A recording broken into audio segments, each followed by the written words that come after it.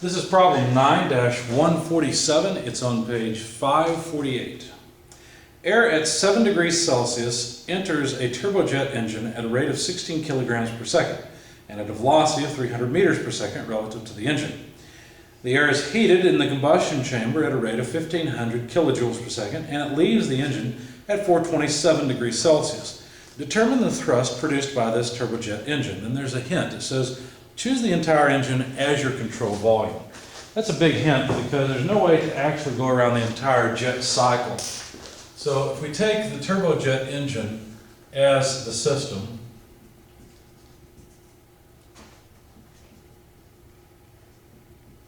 we know that the heat addition rate is 15,000 kilojoules per second. That's 15,000 kilowatts. We know that air leaves, let me call it state 6, at a temperature of 427 degrees Celsius, which by the way is 700 Kelvin.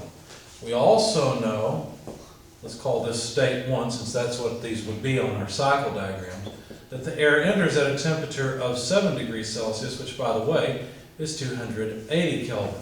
We know the mass flow rate of the air through the engine as 16 kilograms per second, and we know the velocity coming into the engine is 300 meters per second. We're supposed to find the thrust produced. Well, let's write down the equation for thrust. It's the mass flow rate of the air through the engine multiplied by the velocity change across the engine. Okay, now let's think about this for just a second. We know the amount of kinetic energy coming into the jet. We know the heat flow rate into the jet. Okay. Now we also know the temperature of the exiting gas. So think about it this way.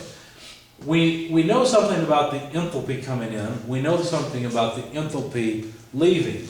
We also know something about the kinetic energy coming in. So couldn't we calculate the kinetic energy leaving just by an energy balance? I mean, like this. Thermal energy flows in, as well as enthalpy and kinetic energy. Those are the input streams. Those are the deposits. There's no accumulation or depletion of energy within the jet engine. Okay, and we're assuming this is at steady state. And so there should be mass leaving carrying enthalpy and kinetic energy with it. Okay, that's basically what an energy balance would tell us. And so we can solve for the velocity, or well, let's say the kinetic energy to begin, at the exit as follows. Right? So basically, energy has to leave as kinetic energy if it doesn't leave as enthalpy. Okay? Now, we should be able to find out the enthalpy in state 6. That's easy. Just look up 700 Kelvin in table A17. Okay, so 713.27 kilojoules per kilogram is the value you get when you do that.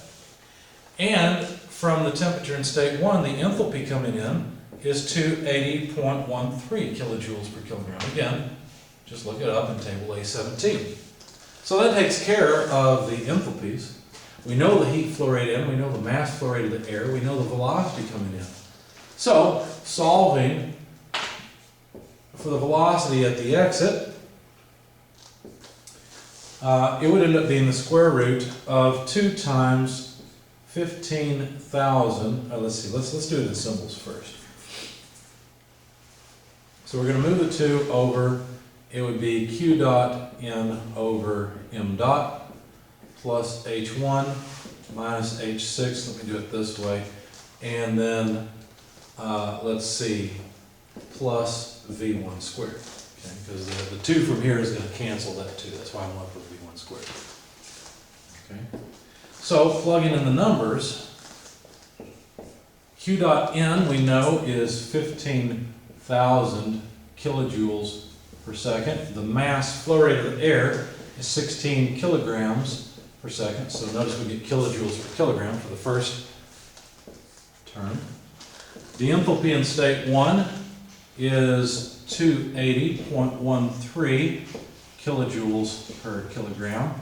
The enthalpy in state 6 is 713.27 kilojoules per kilogram.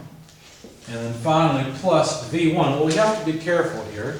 V1 is in meters per second, and I would like to get a result in meters per second. So let's just multiply by 1,000 meters squared per second squared per kilojoule per kilogram, so that we get rid of the kilojoules per kilogram out of this whole thing. Now let's add on plus V1 squared, which is 300 meters per second quantity squared.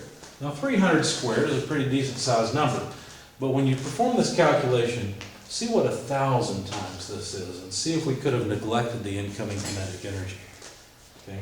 Anyway, you get a velocity in state 6 of about 1,048 meters per second. So now we can calculate the thrust. It's just m dot 16 kilograms per second that is accelerated to 1,048 meters per second from 300 meters per second. Okay, so we have kilograms meters per second squared. What is that? Well, a meter per second squared times a kilogram is a newton.